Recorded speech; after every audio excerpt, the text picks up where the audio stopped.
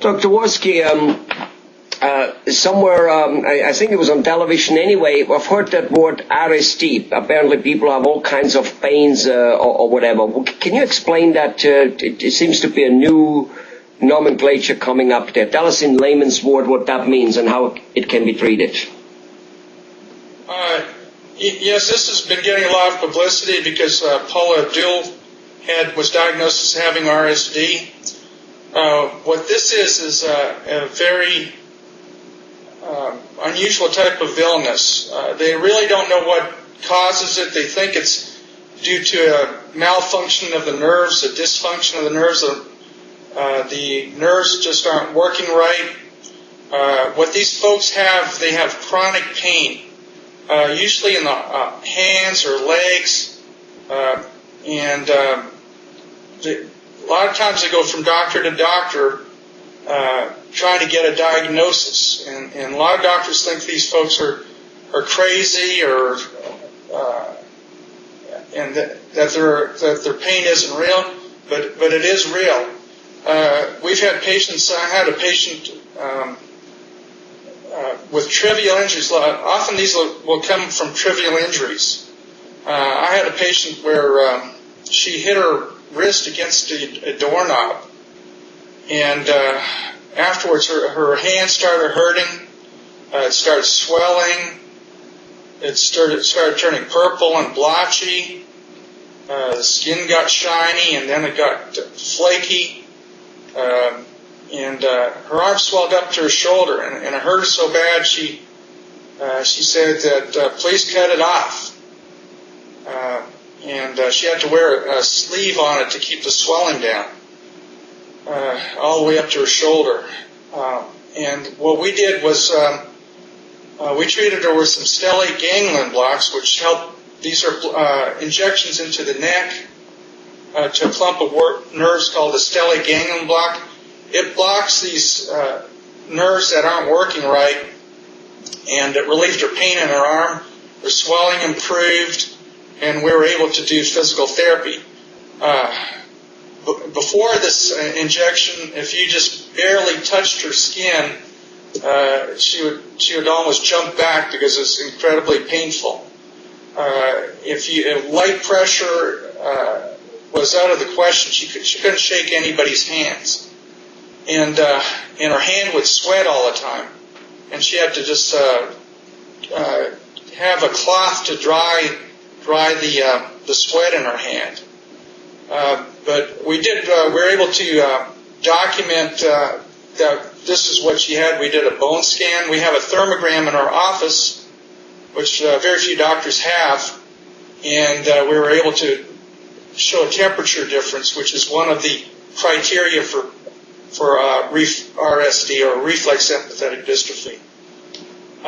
We were able to put her in our pain management program, and we did a series of those stellate ganglion blocks into the neck to relieve her pain, and she was a lot better after she was finished. We were able to increase the strength. She couldn't even hold a glass in her hand because it was painful, and she just didn't have the strength. But we've got people like this who have RSD. The other name for RSD is complex regional pain syndrome. It's another name for it. But we have patients like this that benefit from our diagnostic testing and from our therapy, our chronic pain management therapy. Compared to other pains or other symptoms a body might have, be it after or before an accident or just getting old or whatever it may be, I mean, how does this complex pain system, how does a person kind of think I might have that? You know, when a person starts having a sniffle, he goes, I might have a cold. He knows what that is. Or how does a person diagnose that? Or is it not important for him to diagnose? He has pain, he'll come to you anyway. It is really just up to the medical doctor to figure out what the heck that now is. Well, it's usually pain that lingers on way beyond the initial injury. And like I said, an injury could be trivial. I had another lady. She was shocked, plugging in her vacuum cleaner into the wall. And one of the strange things about RSD or crips, it can spread to the other limbs. This lady's arms started swelling, then it jumped to her other arm, and it jumped to her legs, and this lady was in a wheelchair from electric shock. Her limbs were swelling. They're turning purple, blotchy. So basically, what brings this people to us is they've had pain just that lasts way beyond the initial injury. We get patients that have carpal tunnel syndrome, and they end up having this injury. We have people who have crush injuries, and long after the crush injury should have healed, they still have this complex regional pain center that have this excruciating pain to even the slightest touch or the slightest pressure. Some of them are so bad that they just kind of recoil if you come near them because they can't stand the pain of being touched. But it's just like an unexplained pain that just lasts for way past the duration of the initial injury. Right. Well, those are obviously the ones we all need to be paying lots of attention to. I mean, it's kind of like not so unusual, and it's obviously not funny and not necessarily dangerous to have pain after you hit yourself with a hammer on your toe. I mean, that's a rather normal thing. You wait till it goes bye-bye and it's all done and over with. But, if 3 months later you're still hurting, obviously something else was damaged somewhere along the line. The body got some shock and the nerves are stuck and something isn't working, and you better go and fix it. All right. Well, these people. Go ahead. Okay. No, go ahead. Tell me what you want to say.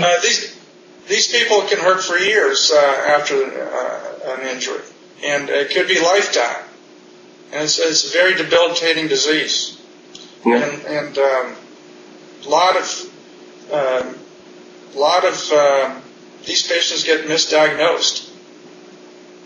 Which I think is exactly the reason why some of us give up. We go to maybe one or two doctors, maybe not even specifically. We just like on our next examination mentions I always have pain, and next thing you know is the doctor says, well, you're not getting any younger. That's kind of what it is. I can give you some painkiller. Let's observe it. And next thing you know is the patient, we get used to certain pains. Oh, I can't do this. Oh, I can't do that. And it's kind of, we basically, become a dimmer switch syndrome. We get used to it when, in many cases, it just simply doesn't have to be. That's what you're saying, right? Correct. Yeah.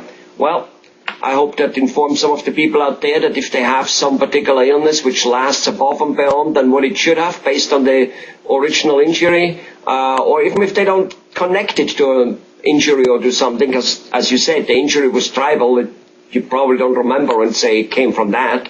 And just go and seek out people who can fix, because I really, think that lifestyle is what we're after. I mean, long living, fine, but whatever the years we live, we should at least be able to have a decent lifestyle. And as you clearly said, when we have pain, and we all notice that, be it for a week or whatever, for a longer time, if we have pain, our capacity of producing, doing our work well, loving our family becomes inhibited, because we have so much energy to use to just, not get frantic from our pain, that very obviously we sleep less, we are less rested, we are, all kinds of things, and life, it just snowballs or spirals, so to say, into not doing well.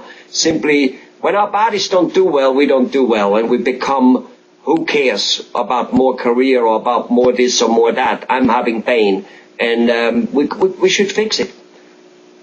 Dr. Wolski, thanks for letting us know. You're welcome.